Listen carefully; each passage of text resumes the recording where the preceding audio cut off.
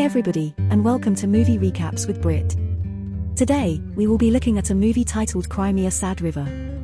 Without further ado, let's get started.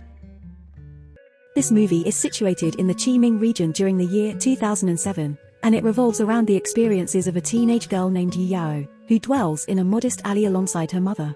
Their household may be classified as financially challenged, and Yi Yao's social status is often disparaged by her community, due to her mother's occupation as a masseuse. On a particular morning, Yi Yao expressed her physical discomfort to her mother before leaving for school. However, receiving no response from her, she chose to remain silent. Prior to departing for her educational institution, Yi Yao informed her mother about the necessity of settling the newly introduced uniform fee. Yet, her mother displayed reluctance in paying for the uniform, perceiving it as a frivolous expenditure. As a result, she had no other option but to don her former uniform for attending school, which set her apart from her peers. Yi Yao maintains a companionship with a handsome and intelligent male pupil from her locality named Qi Ming. Although deemed a heartthrob among female students, Qi Ming exudes an aloof demeanor towards those who seek his attention and only shows cordiality towards Yi Yao. To sum up, Yi Yao headed to the medical facility post-school hours to undergo a physical examination. Following a series of medical tests, the physician arrived at the diagnosis that Yi Yao had contracted a prevalent sexually transmitted ailment that could be treated through laser therapy. Naturally, the news came as a shock to her since she had no recollection of engaging in any sexual activity. Furthermore, she had never frequented public baths, which could potentially have led to the transmission of the virus. As she prepared to depart from the healthcare facility, the attending physician requested Yi Yao to bring along her parents for a medical evaluation. Moreover, the physician apprised her of the intricacies involved in the expensive laser therapy that was required for treatment, causing her immense sorrow, and prompting her to flee from the premises in tears. As she approached the elevator, she encountered a bewildered gentleman who appeared perplexed by Yi Yao's predicament. Upon arriving home from the medical facility, Yi Yao opted to conceal her ailment from her mother. Her family's financial situation was dire, and they were unable to afford basic necessities such as school uniforms, let alone costly medical treatments. Despite requesting funds from her mother, Yi Yao was consistently met with denial. The following day, due to her condition, Yi Yao was tardy for class and attributed her absence to a stomach ailment. During the break period, Qi Ming, who held the position of class president, commenced collecting assignment books from his fellow classmates. Abruptly, a fellow student named Xiao Mi, who harbored affection for Qi Ming, invited him to join her for a karaoke session that evening. Initially, Qi Ming declined the invitation due to an excess of schoolwork. However, upon Xiao Mi accusing him of displaying haughty behavior as one of the class presidents, Qi Ming could not resist accepting her invitation. During the evening, when Qi Ming was on his way to the karaoke establishment, he exchanged pleasantries and conversed briefly with Yi Yao, who resided in the vicinity of his home. Regrettably, soon after their conversation, Yi Yao lost consciousness, displaying an ashen complexion. Upon awakening, Yi Yao discovered that she was hospitalized and, to her surprise, it was Qi Ming who had transported her there. Yi Yao became aware of the exorbitant expenses that hospitalization could incur, and consequently, she intended to depart from the hospital. However, Qi Ming urged her to remain at the hospital and advised her not to worry about the costs. Despite his genuine concern for Yi Yao, Qi Ming decided to call off his karaoke plans with Xiao Mi and his companions, causing considerable disappointment for Xiao Mi. The following day, the rejuvenated Yi Yao resumed attending school. Xiao Mi also endeavored to communicate with her and inquired about her health status. Subsequently, Qi Ming arrived in the classroom, displaying his usual courteous behavior towards Yi Yao. This further aggravated Xiao Mi's feelings of resentment and envy towards Qi Ming's affectionate conduct towards Yi Yao. Consequently, Xiao Mi was compelled to conduct a thorough investigation into Yi Yao's personal history. Later, after school, Xiao Mi decided to tail Yi Yao, who had coincidentally run out of medication that day. As a result, Yi Yao had to resort to going to an old clinic for affordable ointment and treatment, which unfortunately marked the beginning of her ordeal. Unbeknownst to her, Xiao Mi had been tailing her and even took a photo of her leaving the clinic. Moreover, Xiao Mi had learnt about Yi Yao's illness and started spreading the news to their classmates, causing it to quickly circulate throughout the school. To make matters worse, rumors about Yi Yao's illness began to spread rapidly, even linking it to her mother's profession as a masseuse. Consequently, Yi Yao's life took a turn for the worse as she was not only ridiculed and shunned by her peers for being poor, but also bullied and ostracized for fear of catching the disease. It was later revealed that Xiao Mi had spread the gossip out of jealousy, suspecting that Qi Ming harbored feelings for Yi Yao. In reality, Qi Ming's romantic interest lies with a girl from the next class named Sen Xi, whom he recently met at the Best Student Awards ceremony. Then, on one unfortunate day, bullies threw Yi Yao's bag into a dirty pool, forcing her to retrieve it. While in the pool, she was rescued by a man named Gu Sen Xi, who mistakenly believed that Yi Yao was attempting suicide. Gu Sen Xi, who was proud of his heroic act, even claimed to be Yi Yao's savior. Yi Yao insisted that she had no suicidal thoughts, but it seemed that she and Sen Xi had met before. When Yi Yao was crying in the elevator during her first medical checkup, Sen Xi also visited the hospital to see his twin sister, Sen Xiong. Qi Ming had brought Sen Xiong to the hospital because she had an allergic reaction to flower pollen. Following their meeting in the elevator, Sen Xi started showing a bit more interest in Yi Yao, and even invited her to skip school the next day. Despite initial hesitation, Yi Yao eventually agreed to skip school with Sen Xi, who took her to various entertainment venues. Sen Xi was the one who always sought Yi Yao's company, which left her feeling uncertain about their relationship. How come Sen Xi didn't shun Yi Yao like the other students, despite the school gossip about her illness? When asked, Sen Xi shrugged off the question, stating that he wasn't bothered by the rumors. He also mentioned that HIV can be transmitted not only through sexual contact but also through inheritance or familial transmission. Yi Yao was motivated by Sen Xi's words, as they were a source of positivity amidst the negativity surrounding her. Consequently, she found the courage to stand up against her bullies. Moreover, Sen Xi was secretly supporting Yi Yao, which also gave her strength to fight back. One day while Yi Yao was in the cafeteria, she accidentally collided with a male student who was carrying food. As he walked past her, he visibly tried to avoid her and ended up spilling his food on himself. Blaming Yi Yao for the mishap, he remarked that she, being sick, should have been more cautious while walking, so as not to infect others with her disease. Yi Yao, upon hearing the insult, did not let it slide and decided to retaliate by spraying water at the student. However, this altercation was interrupted by the arrival of Qi Ming, who stepped in to stop the altercation. In addition, he also approached the person standing behind Yi Yao, who happened to be Sen Xi, the one who came to her aid when she was bullied. Despite Yi Yao's attempts to defend herself against bullies, Qi Ming saw it differently and believed that Sen Xi was inciting Yi Yao to become a troublemaker at school.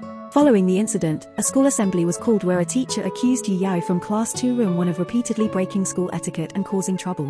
It was evident from the teacher's words that the school staff didn't bother to investigate the underlying reasons behind Yi Yao's behavior.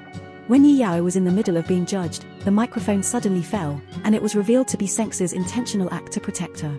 With confidence, he confirmed that he was beaten by one of the top students in the school.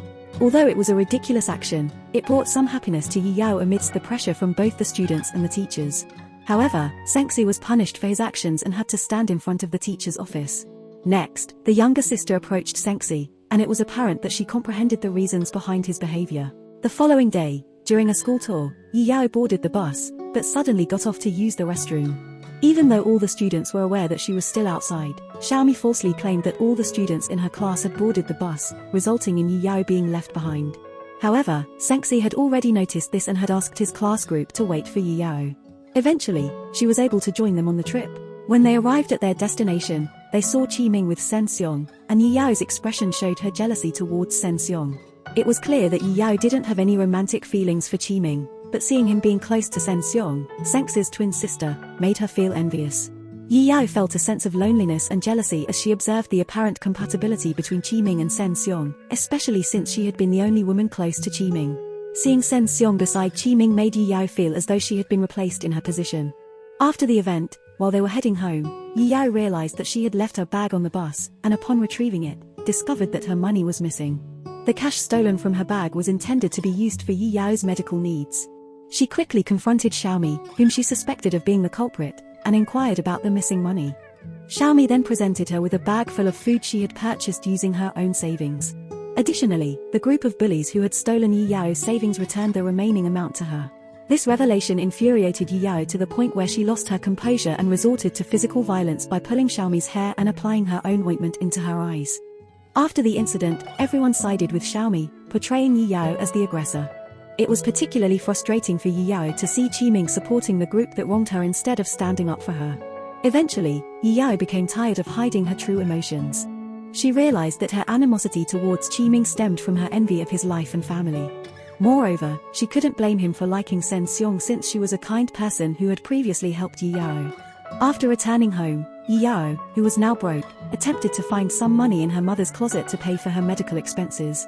While searching, she stumbled upon an envelope labeled college savings for Yi Yao, which shed light on the reason her mother had always been so protective of her. Her mother never let her wear a school uniform, restricted her from staying out too late, and even refused to acknowledge their relation in public, all to keep Yi Yao safe. The main reason behind this is the fear that her customers may do something harmful to Yi Yao. Additionally, she also prefers that her daughter doesn't witness her mother's work, which she considers repugnant. However, the situation changed when Yi Yao's school informed her mother about her daughter's illness, leading to her mother's prompt return home. Upon learning about Yi Yao's condition, her mother scolded her daughter for her alleged involvement. But Yi Yao vehemently denied any wrongdoing, leading her mother to grow suspicious. After some reflection, her mother arrived at a disturbing conclusion. Yi Yao might have contracted the illness from one of her mother's customers, who might have used Yi Yao's towel after bathing in their house. Yi Yao's mother, consumed with remorse for her past actions towards her daughter, took Yi Yao to the hospital. In that moment, Yi Yao felt a deep sense of her mother's love. It was a stark contrast to the usual rough treatment she had experienced at her mother's hands. For the first time, Yi Yao felt her mother's touch with a sense of warmth and tenderness. Since that day, Yi Yao's life has been transformed. The heavy weight that had long been on her heart started to lift, and she found herself enjoying life more, especially with the company of Sen Xi, who was still pursuing her. However, one day she witnessed Xiao Mi being bullied by another student. Xiao Mi, who didn't want her other friends to know about her condition, begged Yi Yao to keep it a secret. However, Yi Yao declined the request, which ultimately led to further distress for Xiao Mi. While Yi Yao and Sen Xi were walking in the city, Xiao Mi put her plan into action and called Sen Xi's sister's phone number. In addition, the person pretending to be Yi Yao contacted Sen Xiong and arranged a meeting at an abandoned building. Despite her better judgment, Sen Xiong showed up to the meeting place and quickly realized something was amiss. It soon became apparent that the entire thing was a setup, as Xiao Mi had hired a group of men to attack Sen Xiong and frame Yi Yao for the incident. Sen Xiong, terrified and frantic, sprinted towards the building and managed to make a call to her brother for help. However, at that moment, Sen Xi was preoccupied with Yi Yao and failed to answer the phone due to his low battery. Meanwhile, Sen Xiong was cornered on the roof of the building, trying to evade the attackers. Suddenly, the building's metal barrier gave way, and she plummeted from the rooftop. Following Sen Xiong's tragic death, Yi Yao was immediately blamed by everyone due to the fact that the last message sent to Sen Xiong was from her. Despite Yi Yao's attempts to defend herself, no one believed her account of events.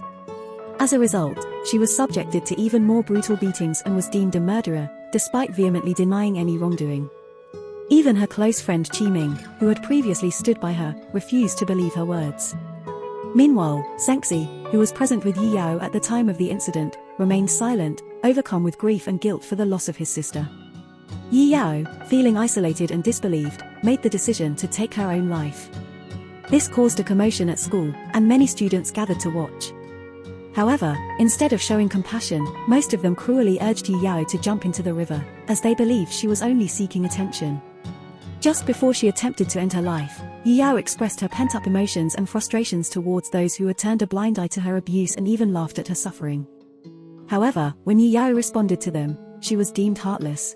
She also disclosed every aspect of the torment and bullying she had encountered, and there were some very cutting lines for those in attendance when she declared, "I may not know who killed Sen Xiong, but I do know who killed me."